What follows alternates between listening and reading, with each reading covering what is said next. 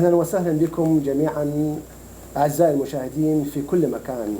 هذا هو برنامج حديث مستحدث بعنوان كاميرا الإنترنت، وهو يقدم لقاءات فنية إلى كل ذو أصحاب المهن والأعمال. اللي يحب أن يظهر بهذا البرنامج راح يكون لنا بريد إلكتروني إيميل، ونرجو مراسلتنا عليه.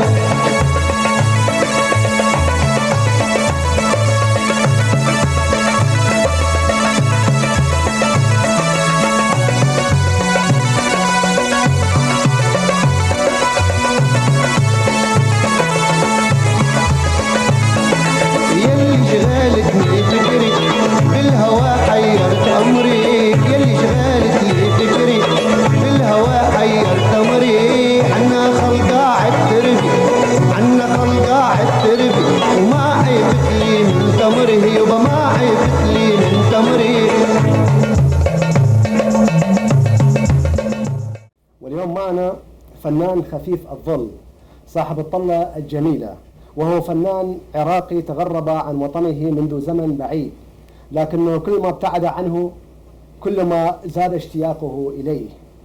وله الكثير من الأغاني البغدادية الجميلة، ومن ضمنها أغنية أجيلك، أغنية أحبابك يا قلبي مشوا، أغنية لا تسأليني ليش حبيتك، وأغنية عالي عالي نطير، وأغنية أحتار، وأغاني كثيرة غيرها.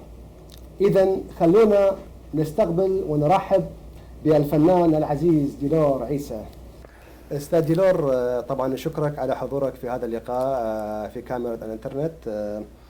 سؤالي الأول هو لك في البداية، ممكن تعرفنا على نفسك، من أي مدينة محافظة أنت حتى الجمهور يعرفك ويتعرف عليك أكثر عن قرب؟ طبعا هاي كديشة هي معروفة. أنا من أنا طفل صغير أنا ولدت بغداد، منطقة الحاج فتحي. نعم. قريب على المرابعة. انشأت بالغناء وفتنت أغني، كان عمري حوالي 6 سنوات. يعني كانوا خوالي يخلوني على ميز وهم قاعدين يشربون عني أغني لعبد الوهاب. نعم. عمري 7 سنين 6 سنين مو أكثر، لا يقل عن 7 سنين. فبديت مرحلتي الفنية من ذيك الفترة، بقيت أغني. وصلت إلى مرحلة 17 سنة قدمت إلى إذاعة وتلفزيون العراق. نعم. فكانت طالبين منشدين. المنشدين هم بشكل كورس داخل إذاعة بغداد. فقدمت، كانوا حوالي بالألف مقدمين. من قدمت لإذاعة وتلفزيون العراق نجحت. غنيت أغنية للبنفسج الأستاذ يا صدر. نعم. فقبلوني، قالوا لي احنا محتاجيك باكر ب9 دوامك الصبح، محتاجيك باكر. نعم. ليش داومت. نعم. يعني من ذاك الحين انت في اذاعه. نعم. والتلفزيون. نعم. زين. يعني انت بديت مشوارك الفني من العراق، يعني مو من بلاد الغربه، بديت من العراق يعني؟ لا، من العراق انا بديت. نعم. يعني بديت من العراق، وبعدين طوني من حولي شهاده معهد تدريس الاذاعي فرع التمثيل والاخراج. لا تسأليني ليش حبيتك، وبروحي والله شريتك.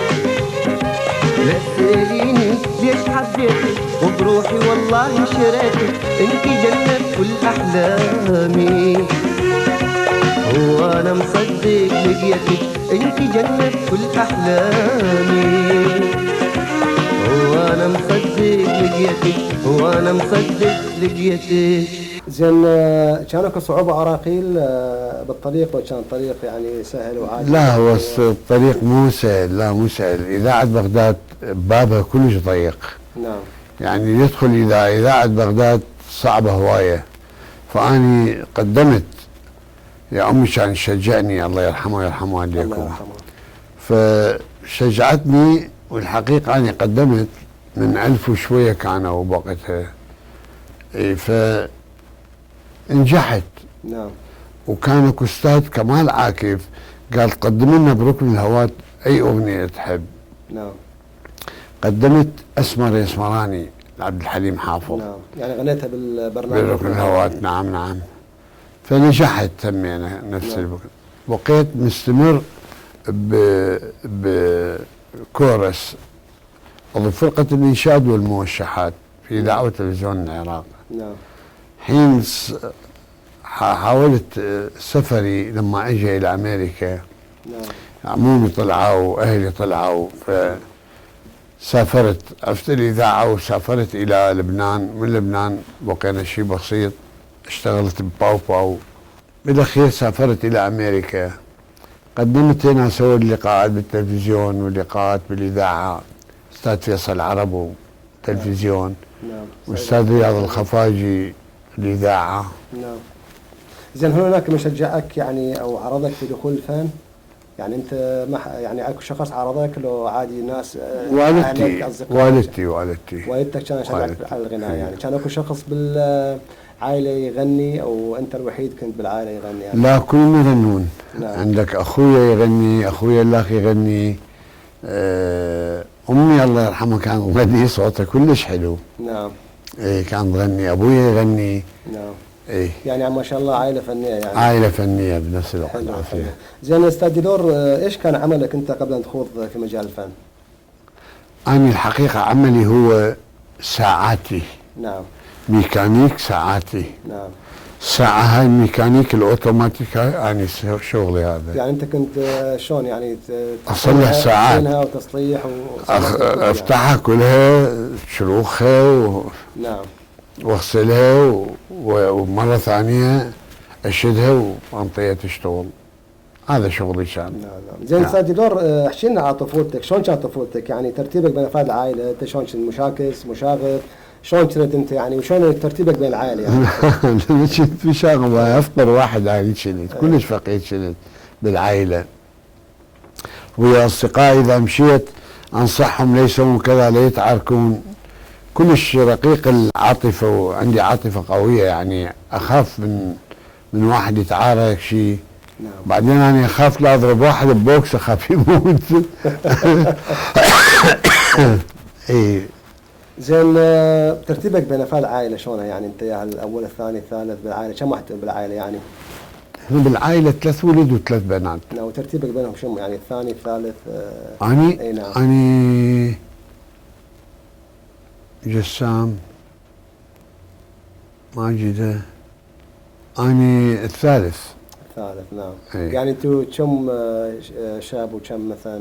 3 ولد و3 بنات. نعم. نعم. يعني 6 بالعائله. يا حبيتك أكثر من روحي وأكثر من قطرات المي.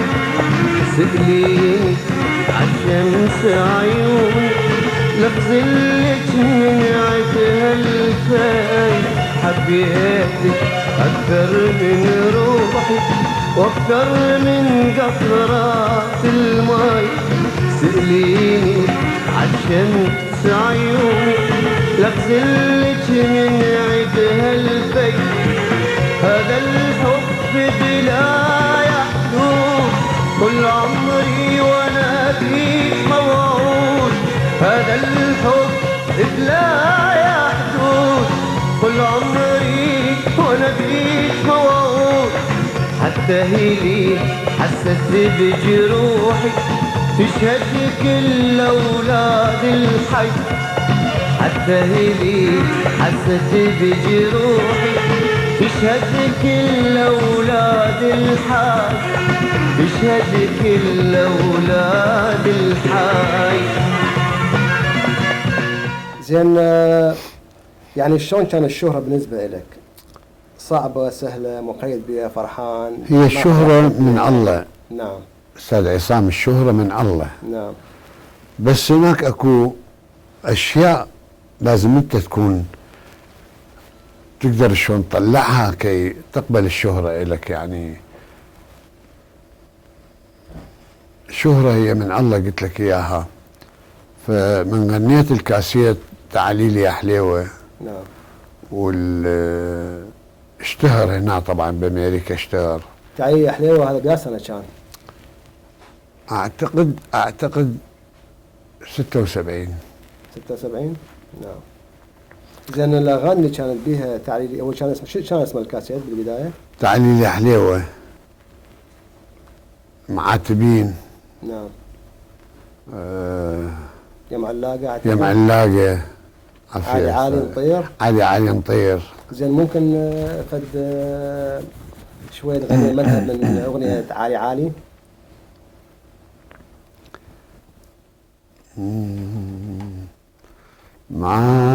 معاتبين معاتبين عتب الشواطئ معاتبين سباح بجوفكم صرنا شوفتكم عزيزة على المضايف شوفتكم طعم فرح فوق الشفايف ما تجونا معاتبينا ما تجونا معاتبينا معاتبين جدامكم. دخول الفستانة عالي عالي نطير أنا وأنت نطير عالي عالي نطير أنا وأنت نطير تالي الناس كل أدغار تالي الناس كل أدغار من أسود العينين من أغفر العينين وبداده من أسود العينين. حلو حلو حلو. هاي ممكن تذكرني يعني كلمات من كانت والحان من كانت؟ كلمات صلاح كوراتو. نعم. مدير إذاعة الشرق الأوسط. وأنت اللي كنت ملحنها؟ وأنا ملحنها وغنيتها أني. حلو حلو. أغنية حلوة وجميلة طبعا. عندي من صلاح هواية أغاني. نعم نعم. يا. نعم. زين أستاذ ديلور ممكن تقول لنا الآن يعني شنو وضعك الاجتماعي؟ يعني أنت متزوج عازب ممكن حتى الجمهور يعرف عن حالتك؟ الحقيقة متزوج كنت من امرأة طيبة كانت صار بيناتنا فراق. نعم. يا وتزوجت أخرى الزوجة الثانية. نعم. جبت منها طفل. ذيك المرأة الطيبة عندي منها ولد وبنية. نعم. يا شنو ايش قد عمرهم حاليا هسه يعني؟ هسه عمرهم بال40 سنة. نعم. الولد البنية والولد. نعم. وبعدين الزواج الثاني؟ هاي من الزواج الثاني زوجت امرأة حبتني وحبيتها صار بيناتنا علاقة حب فزوجنا. من زوجنا جبنا الطفل هسه عمره 23 سنة مو طفل يعني. يعني هو عندكم بس بس واحد. نعم. بس واحد ايه. يعني انت من كل الزوجات الاولى والثانية عندك 3 2 ولد وبنية. نعم. بس هي عندها 4 ولد وبنية. نعم نعم نعم. الله يعني يخليك. الله يخلي اخوتك الله يخليك. زين استاذ ديلور من هم الشعراء اللي تعاملت معهم؟ والله تعاملت كثير شعراء بس الحقيقة كما أتذكر عادل محسن. نعم. كريم العراقي. نعم. عزيز الرسام. نعم. حسن الخزاعي. نعم. طبعا من الملحنين وكل كتاب الشعراء اللي هم ساعدوك يعني طبعا اعرف عنك جيدا. هناك الفنان طبعا قحطان العطار. قحطان العطار اللي الثاني كتب لك أغنية أعتقد أحبابك يا قلبي مشوا، مشوا، وهو اللي لحنها أعتقد، مو؟ كنا نقعد قعدات فنية. ايه هذا يعطي كلمة تتتتم، هذا يعطي كلمة ترم ترم، هو عواد. ف يعني أستاذ قحطان كان معطيك أعتقد أغنيتين، أغنية أحبابك يا قلبي مشوا، وأغنية من جدتي هالبلية. يا صح؟ يا طبعا نوجه تحية للأستاذ قحطان عطار طبعا، ونقول له بأغنيته بعدك بالقلب، بعدك عايش لوحدك، شوف السوا هجرانك وعينك خلها ميزانك، بشوف السوا هجرانك وعينك خلها ميزانك، ولو قلبك وفي ردك، ولو قلبك وفي ردك. نحب نقول للفنان العزيز قحطان عطار تحياتنا لك وين ما انت موجود، اذا صاحب الصوت الشذري رايح انت، والله شكرا، ونرجو انه تحاول يعني تتصل بينا حتى في يوم من الايام نلتقي بيك، وشكرا جزيلا. طبعا بالاضافه الى قحطان عطار عندك مثل وليد اسمر اللي كتب لك عدد اغاني اجيلك. وليد اسمر كتب لي احسن الاغاني باجيلك وانتحار. حلو. يا اجيلك وبسمع الشتريد. زين والله شو اسوي ياش بنتش واحبها. اكو اغاني لها هوايه لك، بس اجيلك هي كانت الاغنيه اللي انت ظهرتك للناس. نعم يعني نعم زين حتى الجمهور شويه يتعرف على الاغنيه، ممكن فد مذهب منها تغنيه بدون زحمه؟ اجيلك من يلز جرحي تداوي التي بلكي، اجيلك من تلز جرحي تداوي التي بلكي، وانا جرحي يآذيني، انا جرحي يآذيني، اجيلك يا بعد عيني، اجيلك يا بعد عيني. حلو حلو حلو. زين هم نذكر الاخوه الاعزاء المشاهدين هناك اسماء كثيره بالنسبه حتى نقدر نوفي ونكفي لهم ونذكرهم.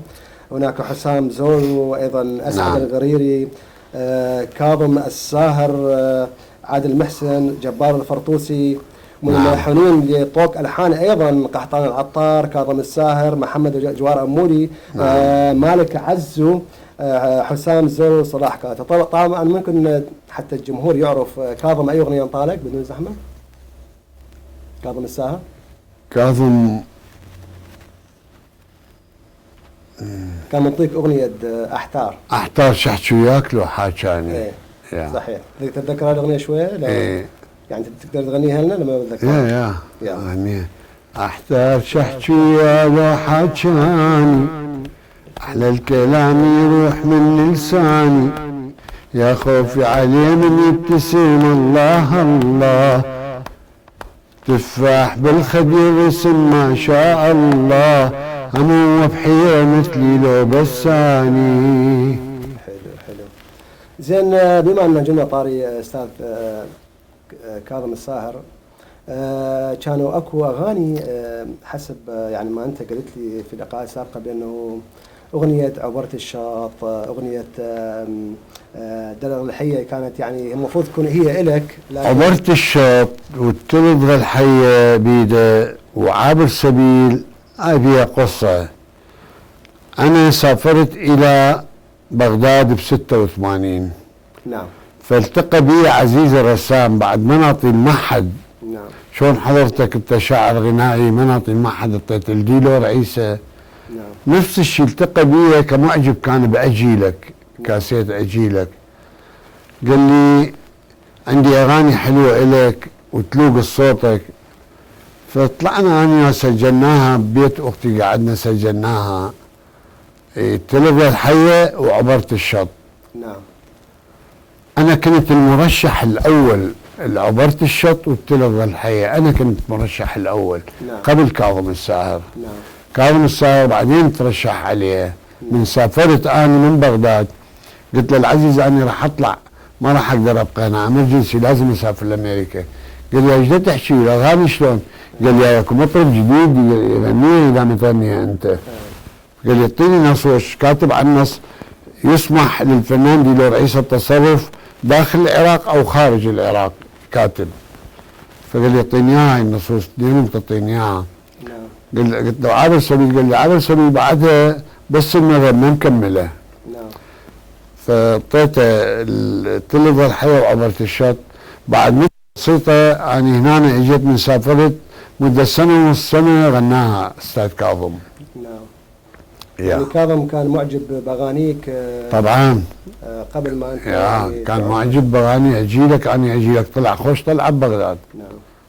طلعها محترمه بالعراق. يعني انت وكاظم وعزيز الرسام تقابلتوا بالاذاعه يعني نعم يعني كان كاظم يسجل على اعتقادي اغنيه وطنيه كذا شيء يعني وانت رحنا قال لي يغنيها مطرب جديد يسجل باغاني هسه. قلت له ما تقولي من هو؟ قال لي يمشي اراوي لك اياه. رحنا باحد استوديوهات اذاعه بغداد طلع سلم علي وسلمت عليه وسلم على عزيز. قال يا ديلور مسافر باكر هاي. عرفني بيه واني في امان الله بعدين سافرت اجيت لامريكا صارت بشنصه تلغى الحي وعبرت الشط. هو بوقتها كان ما كان بعد اسمه لا ما كان بعد كان اسمه عبد الجبار. كاظم عبد الجبار. كاظم عبد الجبار كان اسمه. نعم كاظم عبد الجبار. فبعدين من اشتهر شويه خلاه كاظم الساهر. نعم. وعندك اغنيه هسه احتار اللي غنيتها مع كاظم الساهر هو هم مغنيها يعني هو اللي غناها قبل اللي هو طه لك انت غنيت الاول؟ ما اعرف بالحاله. ما متاكد منها. ما متاكد. نعم. يعني امسى معها منه يعني مغنيها. انت طبعا مغنيه كلش حلو.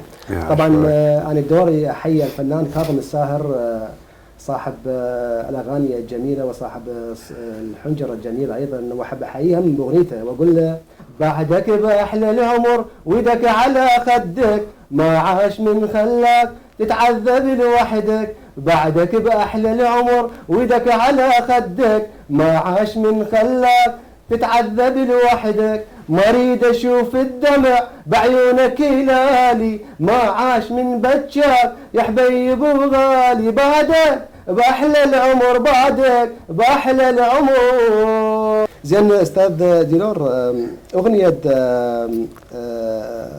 محمد دجوان اموري. نعم. غنيت اغنيه لها اعتقد كان وطنيه. هاي لا هاي استاذ فؤاد سالم. نعم. فؤاد سالم حزوا له الاستوديو 3 مرات اعتقد. مره مرتين 3 وما يجي. فقام استاذ محمد جواد اموري قال ديلور مو مغنيها انت. قلت له شلون يصير مال فؤاد سالم؟ قال لي مو مغنيها انت لانه انت اذا ترددها وايد اذا سمعك بدك تجيبها قوي مو مسجلها انت. فقمت سجلتها اني. تتذكر هالاغنيه بذاك الزمان؟ هاي بيا سنه كانت؟ بال70. لسه تتذكر الاغنيه؟ اخويا فدائي بالجبهه يحارب. اخويا فدائي بالجبهه يحارب رشاش تبيده تمطر مصايب. اخويا فدائي بالجبهه يحارب رشاش تبيده تمطر مصايب. بعد ما مو على ذاكرتي الكلمات. زين انت يعني غنيت في اذاعه وتلفزيون بغداد. يا اغنيه كانت اللي غنيتها في اذاعه وتلفزيون تتذكر؟ انساني. هاي كلمات منو كانت؟ كلمات حسن الخزاعي الشاعر الغنائي. نعم. والحان حكمة ناهي وغنائي يعني. نعم. إنساني يا أغلى خلاني. إنساني يا أغلى خلاني ما عندي قسمة وياك صدق وحاك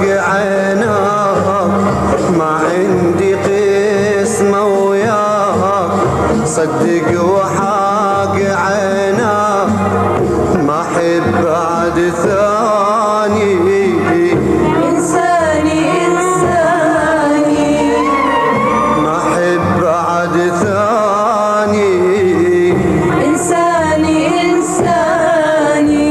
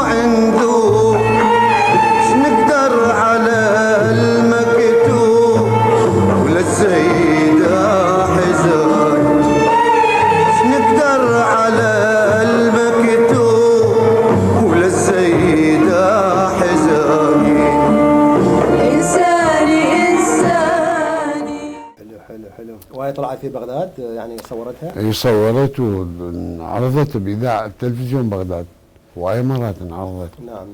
زين الأغاني اللي مصورها يعني تتذكر أي واحدة مصور معدها؟ مصور إنساني، مصور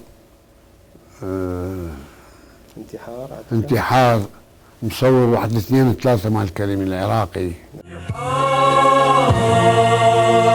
انتحار انتحار انت حبك انتحار.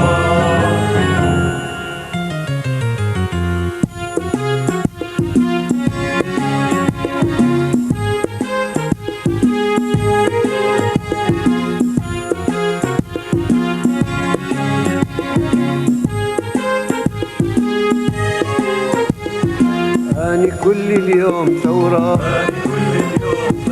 أني كل اليوم ثورة، جيت أكسر كل قيودك. ومال عزيز الرسام انت نعم. اسمها انت. نعم. انت مو ذاك اللي عرفتك، مستحيل تكون انت. كنت اظن مثلي حنين ما تغيرك السنين، كنت اظن مثلي حنين ما تنسيك السنين. يا ظروف تغيرك انت، يا ظروف يا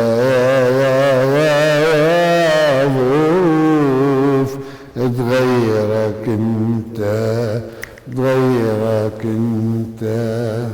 هاي مال الاستاذ عزيز الرسام. هي الاغنيه بقت ايديه من 4-5 اغاني، الاغنيه بقت ايديه. عبر السبيل ما قدرت اغنيها، غناها الاستاذ كاظم. يعني 3 اغاني المفروض هي اللي كانت الك صارت نصيب صارت نصيب يعني هو اقرب الى كان يعني بعيد يعني بامريكا. نعم نعم. يستاهل يعني يستاهل كان طبعا ديناصور الغناء العربي. زين استاذ دينور، كم كاسيت يعني او سي دي او كم اغنيه عندك لحد الان يعني؟ 5 سيديات عندي. نعم. يعني كم اغنيه تقريبا؟ ما بين 40 الى 50 اغنيه؟ ايه هالحوالي. نعم. ومغني بها اغاني يعني غير خاصه، يعني اغاني يعني تراثيه وانت احييتها؟ لا لا لا لا، كلها كلمات جديده. نعم. من الشاعر وليد اسمر، ومن الشاعر رياض الخفاجي، ومن الشاعر صلاح كولاتو، ومن الشاعر حسام زورو المخرج والمؤلف المسرحي. نعم نعم. صاحب فرقة مسرح اليوم. انت ممكن عضو بيها طبعا. انا عضو بيها بس شوي الامور ما قدرت بعد، شوي اموري اختلفت استاذ عصام، اموري اختلفت وما ومارست وياهم يعني بعد. انت ايضا مثلت يعني؟ نعم مثلت، عندي اكثر من 5 مسرحيات مسرحيات. ايه نعم. كم مسرحيه حدك انت عندك يعني؟ عندي باريستور، عندي شرير ضايع راسه، عندي رجل الذي قتل زوجته، عندي ما اتذكر، حسب ذاكرتي تخوني الذاكره على طول. نعم. صام وايد تخوني الذاكره. نعم. عبادة عبادة عبادة عبادة عبادة عبادة عبادة سهم رماني وقلبي صادق، سهم رماني وقلبي صادق.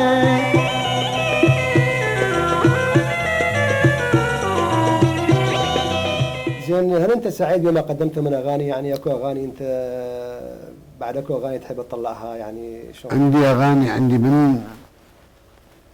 من الشاعر الغنائي عصام شراك، عندي 3 اغاني، تعالي وارقصي امامي، والاثنين باقي ما حافظها على شكل، ما حافظ له، نعم صحيح. 2 ما حافظهم الحقيقه. يا عندي منك حوالي 4 اغاني. صحيح صحيح. إيه. 3 قصايد وواحدة يا عامية عامية، إيه. بالجلف العراقي، صح؟ ان شاء الله اغنيهم ان شاء ان الله، شاء الله ان شاء الله، ليش لا؟ يسمح الظروف تسمح اغنيهم. زين، انت منطي الحانك الى مطربين يعني ويا اغنيه مثلا اذا تتذكر؟ أنا غنيت أغنية تعليلي لا، صيد الغزال، نزلت غزالة شفت، نعم. قلبوها بالآثوري وغنوها بالآثوري. يعني هذه الاغنيه كانت ايه. اغنيتك، لحنك كان هذا؟ صيد الغزال نزلت غزالة شفت، عيونها حلوة سودة مكحلة، غمزتني بعينها.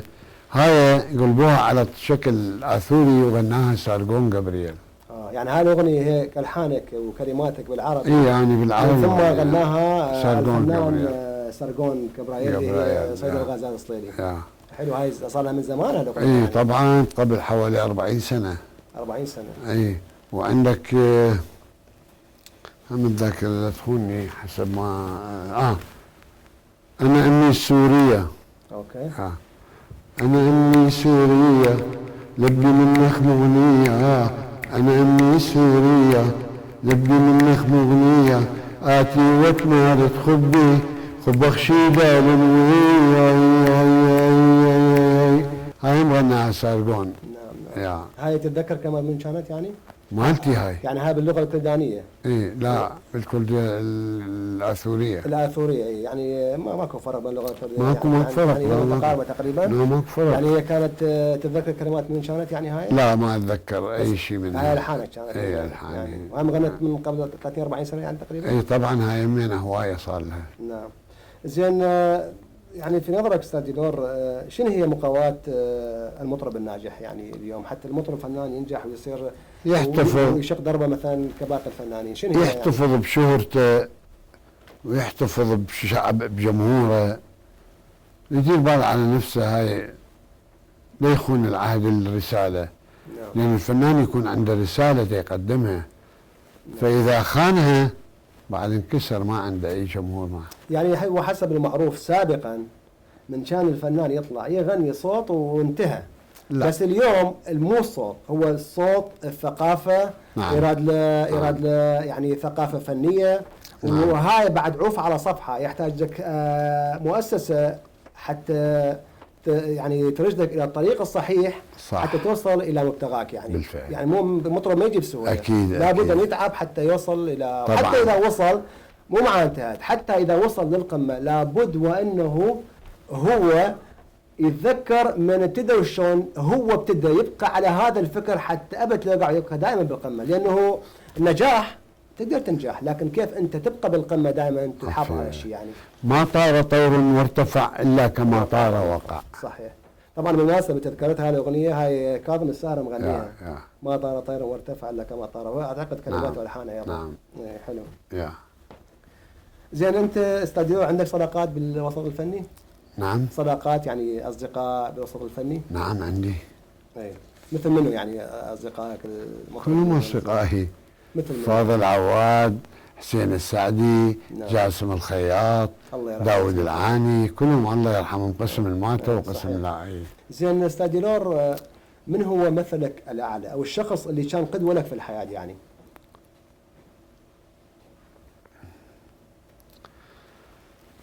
زوجتي الأولى.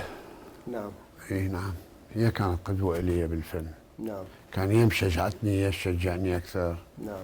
زين انت ورا ما تزوج، لكن قبل ما تتزوج من كان مثلك الاعلى؟ من كان الشاب قبل ما تتزوج اعزب؟ اكو شخص معين، والد مثلا، اخ، صديق، فنان معروف، شاعر معروف مثلا؟ وابويا هواي شجعني على الحقيقه. اقول لك يا ابويا اللي شجعني، وامي. نعم. على الظهور ظهرت نعم. امام الجمهور، بس بالاخر جوزان ناسي يذكرني عصام. حسب انت ما قال لي، كنت اعتقد ناسي، انت عندك شويه نسيان اعتقد. طبعا هسه صار عندي نسيان. طبعا تيجي ويا العمر يعني بس الاطفال اليوم دي ينسون كيف هم الكبار يعني. يحط له قلم بدنا يقول له وين، اقول ما اعرف. زين، ما هي حكمتك المفضله يعني؟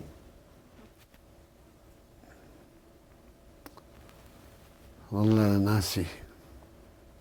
مو اشكال. زين، ايش عندك مواهب اخرى غير التلحين والغناء يعني؟ وانت اعتقد هم انا كاتب اغنيه واحده على ما اعتقادي، كاتب اغنيه واحده من كلماتك. عندي يعني كلماتي، اكثر الكلمات هي الاغاني مالتي المذاهب. نعم. اني اسويها، بعدين يجي الشاعر يكمل لي اياها.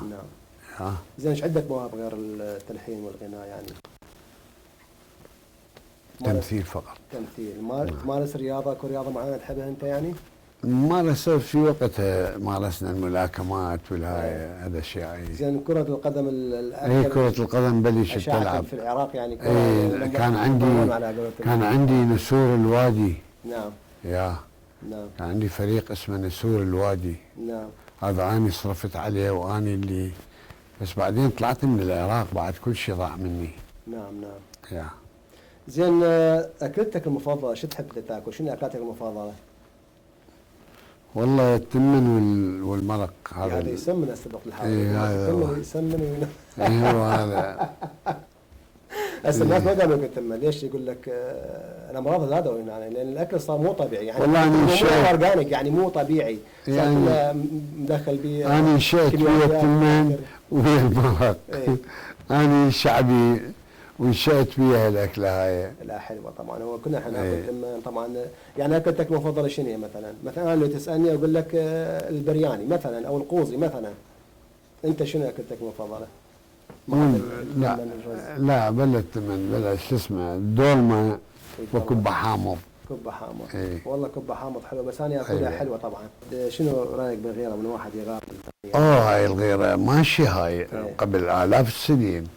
غيره يقعد وياك يشجعك بشيء وكذاب ويغار منك ويريد ما توصل الى هاي المرحله. نعم. انا عندي انسان اسمه عادل خبالو. نعم. هو ملقب بعادل خبالو. نعم. فمثلا اقول له كذا كذا، يا معود انت صرت كبير بعد، انت وين راح تقدر توصل بعد؟ يعني الغيره بيه والحسد حتى لا يوصل الانسان. نعم. اي هاي. بالنسبه لك شو يعني المال؟ المال هو، انا ما اعتقد بالمال، لانه المال وساخة الايد، مو في شيء عام، مجرد سير الشعوب، سير الانسان هو. نعم. بس يسير حالك فقط. نعم. ولا مو بشيء. يعني حقيقة هو المال يعني هو وسيلة بس مو غاية. يعني وسيلة لا مو غاية طبعا. نعم. زين، القوة كيفية القوة يعني إذا واحد عنده قوة شلون يكون إنسان يقول لك يصير جبروت مثلا بالقوة؟ طبعا إذا عنده قوة ايش تعتقد بالقوة يعني؟ انت القوة زينة مو زينة؟ من الله زينة القوة طبعا. نعم. طبعا القوة زينة. هاي الله سبحان الله بعد هو. نعم. زين الفقر ما يراد. الفقر قاتل. نعم. ما يراد. الفقر لو كان انسان كان قتلته. نعم. الفقر صحيح. لقتلته. صحيح. زين الامل. ها؟ امل هل عندك دائما أمل أنت بالحياة يعني؟ طبعا إيه، كل واحد له أمل بالحياة. يا فهميني عمري شلون ريحي لي قلبي واحكي ريحي لي قلبي، لو ودي اهلي عليك لو موافقه احكي عيني لو موافقه احكي. فهميني عمري شلون ريحي لي قلبي واحكي ريحي لي قلبي، لو ودي اهلي عليك لو موافقه احكي عيني لو موافقه احكي. قالت حسبتي وياك بيها صعوبة، صدق وحق عينك أنا مخطوبة. قالت حسبتي وياك بيها صعوبة، صدق وحق عينك أنا مخطوبة. عطني يا عيني وروح خليني أمشي دادة خليني أمشي. زين غنينا أغنية همنا من أغنية دادة أسعد الغريري ومحمد جواراموري. دادة مو راحت علينا، من راح نكبر من يجينا. دادة شمعات الهوى قصار، ونخاف يطفن لو سقينا. دادة شمعات الهوى قصار، ونخاف يطفن لو سقينا. شاشة الدرب ودورتك، ونسيت روحي وما نسيتك. تدرون العمر ضاع سنينه، تدرون العمر ضاع سنينه. زين أستاذ ديلور، يعني بهذا نهاية اللقاء شو تحب تقول أنت يعني للمشاهدين اللي يتفرجون هسه عليك حاليا؟ تقول أي شيء عن فنك؟ أنت عندك شيء راح تقدمه حاليا؟ اي نعم، عندي نضال الحب. نعم. صار حوالي 32 سنة. نعم. هذا كاسيت ضماني اسمه نضال الحب. نعم. ما كنت تدري، ما كنت تعرف نضال الحب هو هذا. نعم. اي، واغني بيه معاتبين، واغني بيه تعالي لي حليوه، نعم. واغني بيه عيون الحلو جذابه، نعم. للحب ما هي كذابه. يا نعم. عندي حوالي 8 اغاني بيه. نعم. نعم. واكو قصائد بهذا من بيه قصتين بعدني على وشكل الحان، لانه يراد القصيده مو سهله اللحن، صح. وايد صعبه. يراد السلطن ويكون بها قصه، تعرف قصتها شنو، يلا تذب عليها الموسيقى والكاترات. طيب أستاذ ديلور، احنا نشكرك على هذا اللقاء. عفوا، أنا أشكرك الله طبعا. يخليك. وانت طبعا لا يستهان بيك، لك فن عريق وانت فنان عراقي. شكرا. وانا متاكد المشاهدين راح يستانسون بهذا اللقاء. شكرا جزيلا. شكرا لك. واني اشكر الاخ المصور هدير طبعا. شكرا. واشكرك هوايه بهاي اللقاء اللي سويته. اشكرك. طبعا وفي نهايه هذا اللقاء لا يسعني الا ان اقول شكرا لضيفنا الفنان ديلور عيسى لحضوره معنا في برنامج كاميرا الانترنت، وشكرا لكل المشاهدين في كل بقاع العالم وفي كل انحاء العالم. وختاما تقبلوا مني اجمل واعطر التهاني والتحيات المليئه بالفرح والمحبه مني انا عصام شراك، وشكرا ودمتم سالمين.